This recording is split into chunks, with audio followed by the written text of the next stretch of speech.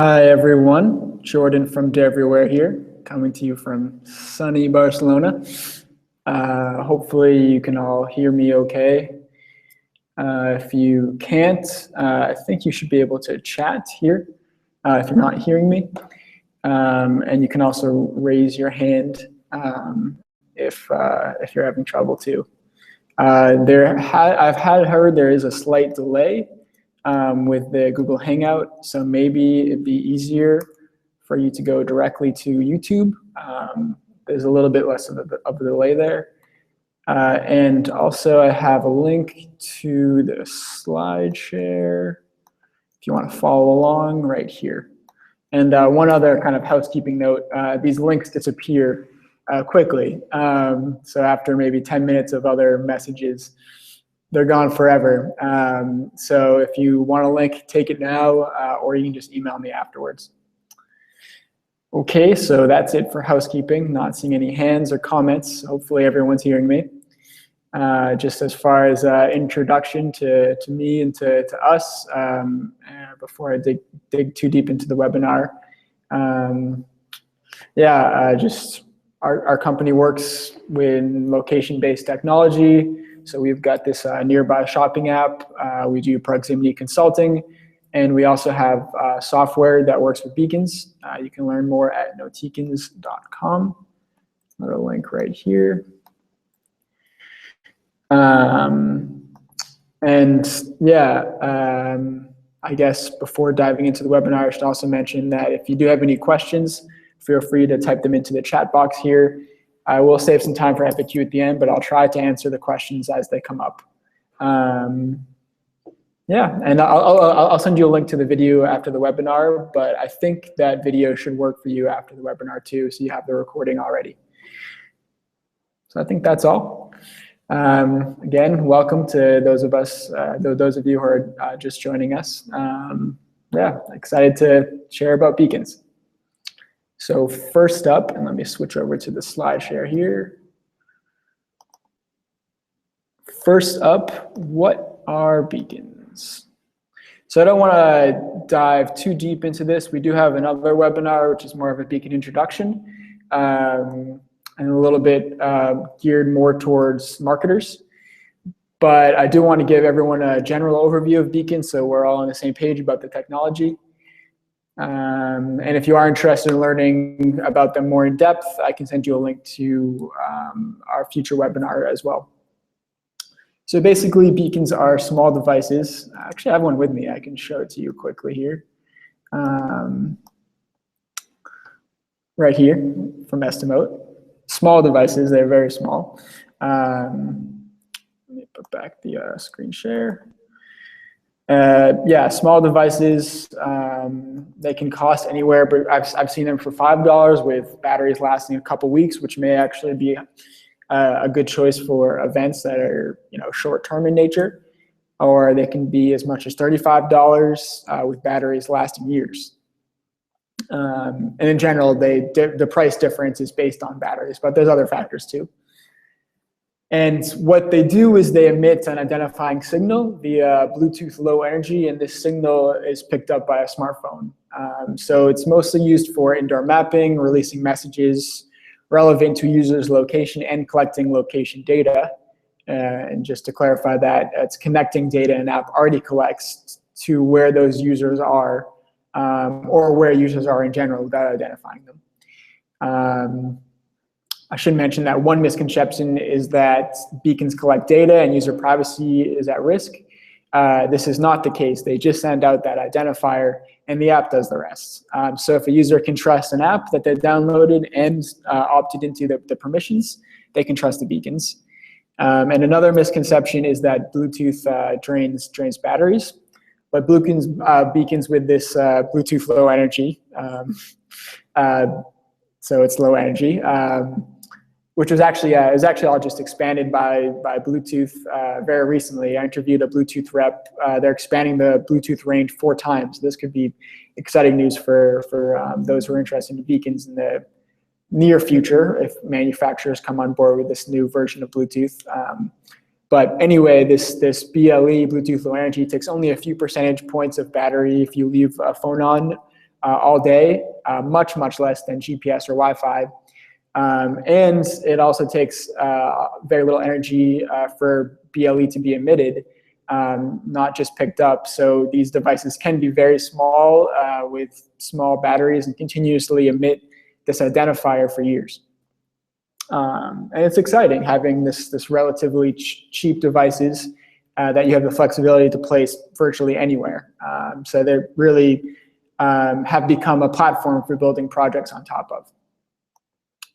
And as far as choosing hardware, I did want to share with you guys a link. We're actually choosing hardware for our shopping project now. There's a good number of things to consider on there. I guess just one bonus tip here is that ask what TX power interval rate the batteries will last. Because some beacon manufacturers claim that they'll last for 10 years when really no one uses the beacons with that low TX power and interval rate. So ask about those two things. It's all on that let me actually, TX power interval rate. TX power is basically the range that, it basically is equivalent to the range that beacons send their signal, and the interval rate is how fast they send that signal. So ask about that. And also if you're looking for outdoor beacons, make sure that they're certified waterproof. We've heard of some issues with beacons not actually being waterproof. Yeah, just two bonus tips there when choosing beacons. But I think that hopefully is enough information about beacons in general. And again, you can join us for a future webinar. Just shoot me an email and I can send you a link if you want to go into beacons more in depth. So we've all been waiting for beacons for events. Yeah, so beacons in general work with apps. There are some other use cases where beacons aren't working with apps, but they're more recent use cases. In general, they're with apps. And if you've organized events in the past, you know that pretty much all leading event producers have an app or are looking to have an app. There's actually a study from the Marketing Institute and Crowd Compass by C-Event that 75% of leading event producers had an app in use in 2015, and that is expected to increase to 86% this year. So as apps are becoming fixtures at events, beacons are becoming more applicable, and they're actually becoming fixtures at a lot of events, and some events have been using them successfully for a few years, and they wouldn't be using them again and again if they weren't a success. So they can be used for a number of things, from internal staff communication, facilitating networking, indoor mapping, collecting data, sending marketing messages, etc. And basically, they can help event apps engage users. So at events, when people are using an app quite a bit, they can really add a lot of value. And in this webinar, I wanted to narrow in on 4 particular events and hopefully give some ideas and inspiration based on what others are doing, basically, just learning through their experience. And I wanted to offer some bonus tips at the end too.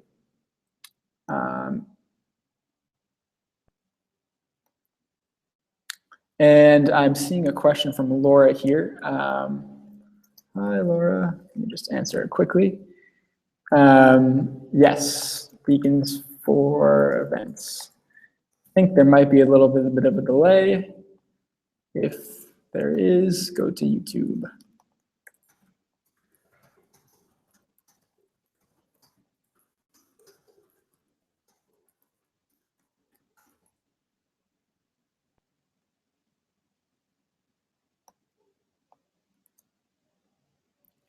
Oh, that's not it.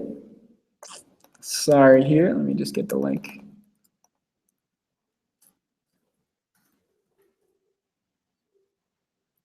Okay, so diving into our first one here, or I guess an overview of what I'll cover, concerts and festivals, sporting events, community events, conferences, and as I said, bonus tips. Okay, so concerts and festivals. So yeah, beacons can really do a good job of connecting with an audience in real time. You can do things, from sending up artist signing session, sending people a discount during song breaks, or sending a message there for people to turn on their flashlight, or even turn it on if they have a flashlight app when a certain sound comes on. So yeah, there's some pretty cool things concerts can do. And I just have some examples. The South by Southwest mobile app made a lot of personalized suggestions for events based on your profile and other sessions you've selected. So they had 1,000 beacons they launched last year. This was the largest beacon installation at an event. And you could see who was around you and opted to be recognized by their network and get kind of personalized suggestions for the events and for meeting other people too. So that was a pretty cool beacon with event example. And yeah, just going through a couple other examples. The Cannes Lion Film Festival, famous in southern France, used beacons to let people check in and see who was around them, similar to South by Southwest. And actually right now, there's an Expo World Fair in the Turkish city of Antalya. And they're supposed to have over 8 million people visiting until October. And this is, a huge network of beacons, even bigger than South by Southwest, 5,000 beacons that were provided by Estimote. And there's a big analytics system to see in real time where people are gathering, helpful especially for safety right now. And there's a big portion of the app that will help the visually impaired as well. Yeah, I have some other examples here. Maybe I can go into some more examples at the end. But wine and food festivals have used them before. There's some good examples at country music shows. I think the Zac Brown Band had one where they would send a message when people were exiting the show that encouraged people to give a donation to. I think U.S. veterans was the cause. So that's a cool example too. But there's a lot of broad range of ways that concerts and festivals can use beacons to engage their app users. We were actually part of a project in Barcelona called Pop Arb, sending beacon marketing messages mostly to people that were at the concert. One thing we learned through that experience was you want to make sure that users have your app already. You don't want them to be downloading the app at the entrance so they can have a Bluetooth experience. So make sure that you have a pretty popular app before you start with it. So hopefully there's some good examples there to get you thinking about how your event can use beacons. And now I'll dive a little bit into sporting events. They're becoming really, really popular in stadiums. Actually, at all the Major League Baseball stadiums in the States, they've been installed, I think, since 2014. At least in 2014, there were 20 stadiums, but I think now they're at all of them. They were used at the NHL draft night last year. They've also been used for the Super Bowl too. So sports is a huge area that beacons are used. And just to give you two examples related to football, Real Madrid actually used beacons in China last July. On their fourth visit there, fans could enter contest access premium content if they had WeChat or Weibo, two apps that had the Beacon SDK integrated before games. So they could get Real Madrid shirts signed by all the players, scarves, other prizes for turning Bluetooth on, entering the event page of Real Madrid China near beacons at the stadium. And not to be outdone, right now in Barcelona, they're at the FCB Stadium, Camp Nou, and it's part of the Smart Espai Barça initiative for their Stadium 2.0 project.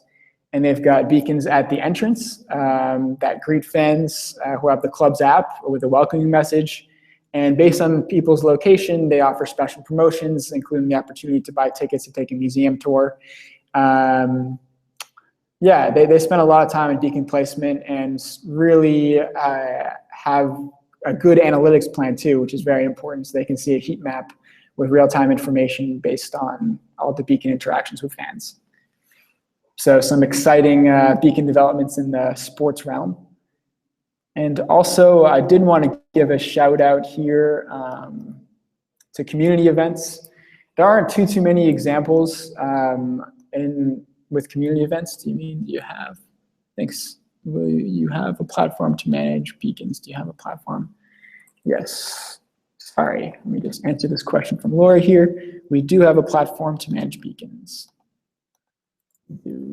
noteacons.com. We actually, I have a link I'll share at the end. We actually offer a free proximity consulting session. So if you are thinking about launching beacons at an event, we can give you consulting to help you out if you have any questions. No problem, Laura. Yes, so back to community events. Yeah, we have seen some beacons used for apartment events and different beacons used for transportation systems in cities, helping organize events there, and events used if there's a disaster in your area, beacons used if there's a disaster in your area to help notify you, or if you are reporting an event, like if someone robs you or something like that, there's actually an app in Columbus that's using them. But yeah, we haven't seen much from smart cities in this area, so this is a shout out to smart city event planners to get on this. We had a webinar on beacons for smart cities, and we'd love to see more use cases in this area. Just some ideas that could be used indoors to see how long a wait time is in a certain area. If your city runs an app, they could be used for special events that are taking place that day when people are nearby, enticing them with info and a map of how to get there. Or if you have an app just for an event, they could be used by that same app to send welcome messages, guide them around the event, send them exit surveys. There's a lot of things that city planners can do. So we're hoping to see more progress in the community events area as well. And if you are representing a smart city initiative, here's a good link. Our own use case was for POP RAB. You can send more details via email. Yeah, so we had a use case with the concert last year. I can send more details about that via email if anyone's interested. And as far as conferences, unlike community events, there's a ton of examples, just like with concerts and festivals, of beacons being used for conferences. I will actually just dig into one of them here, the Mobile World Congress, which is right here in Barcelona. It's really exciting that beacons were used for this because there's 100,000 people that come from all over the world who are experts in mobile marketing, and they're getting to experience beacons, for this event. So for us, it's very cool. We were there this year. We would use them. Another platform in Barcelona. Exciting projects. And actually, Contact, beacon manufacturer, who I was on the phone with today, just so happens we are looking for beacons ourselves. And they did a great study back in 2015, and I'm sure the numbers have improved this last year, but 48% of attendees downloaded the event app. So about 50,000 people downloaded the app and used it at the actual conference center. And 79% had turned on GPS, 60% had Bluetooth turned on, and 57% had both of them. And they also found that sending the relevant content at the right time and place, it really helps boost click-through rates. And they saw 38% of people who received a push notification about nearby exhibitors interacted with it, which is about a 6 times increase based on the industry average last year from a study from local analytics. No problem, Laura.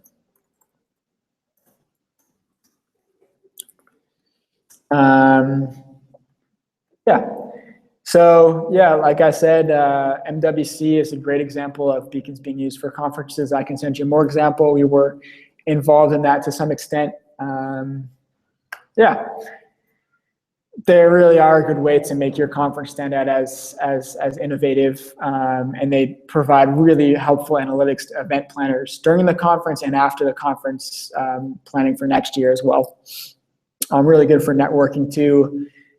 Yeah, they're a great addition to conferences if you have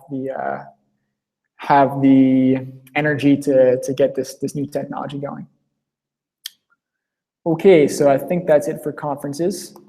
Just bonus tips really quickly before we have some time here for FAQs. I just kind of wanted to draw everything together and give some additional ideas and thoughts.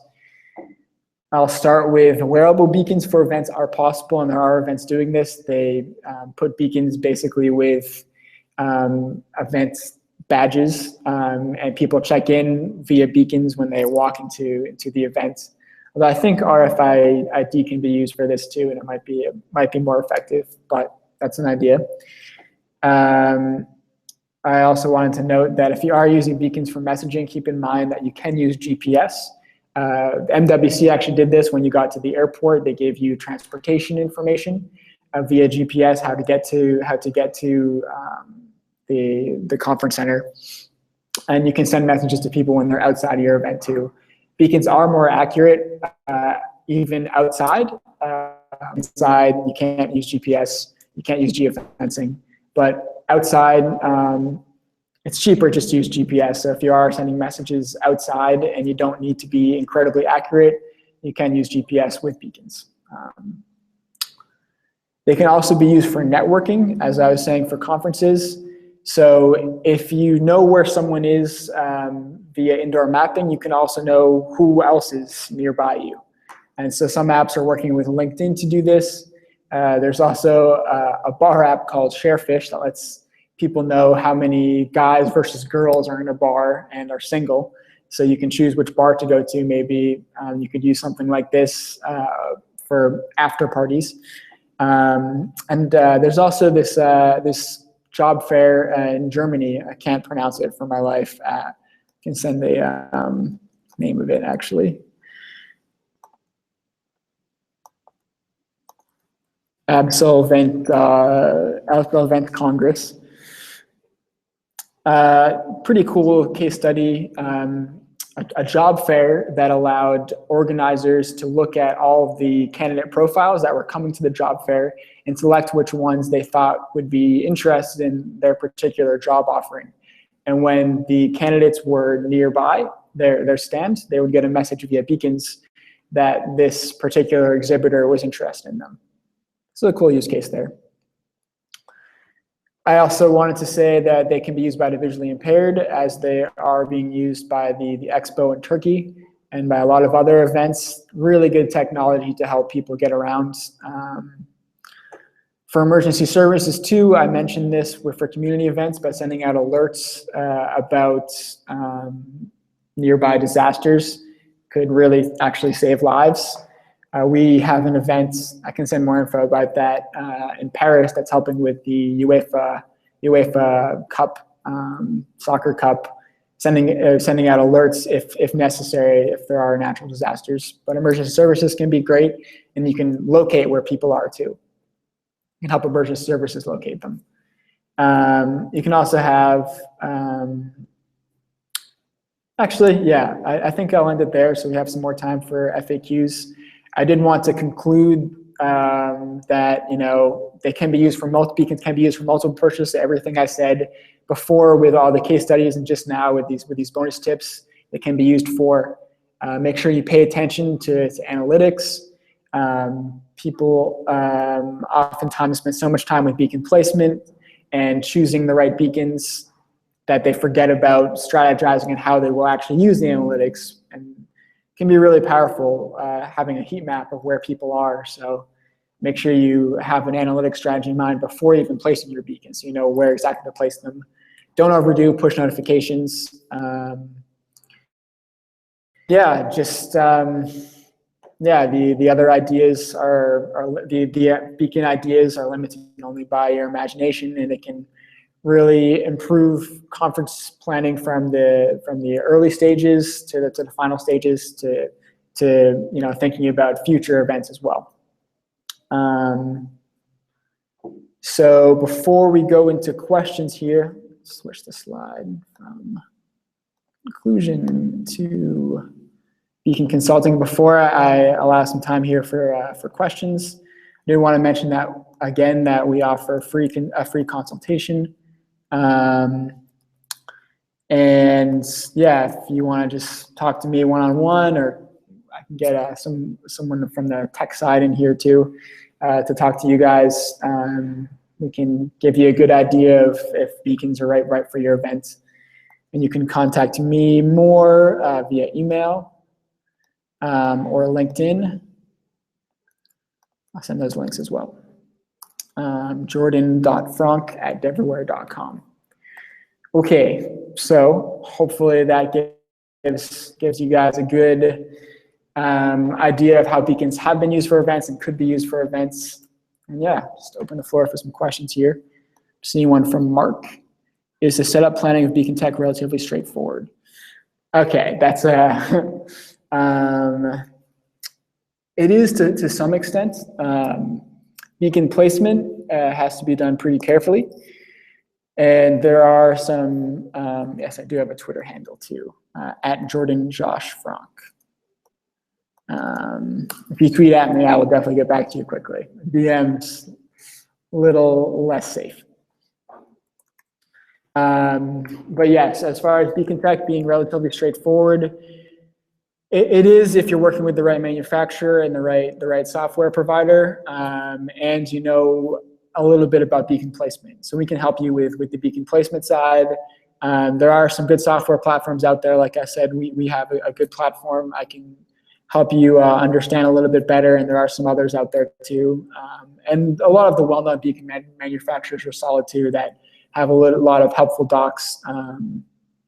But yeah, the bottlenecks I would say are beacon placement and making sure you have a good campaign manager, and having a good analytic strategy in place. And integrating the SDK into your app if you are using an external software provider. Okay, yeah, great, Mark. Happy to talk about any partnerships. We're looking for expansion into Wi-Fi as well, so that'd be great.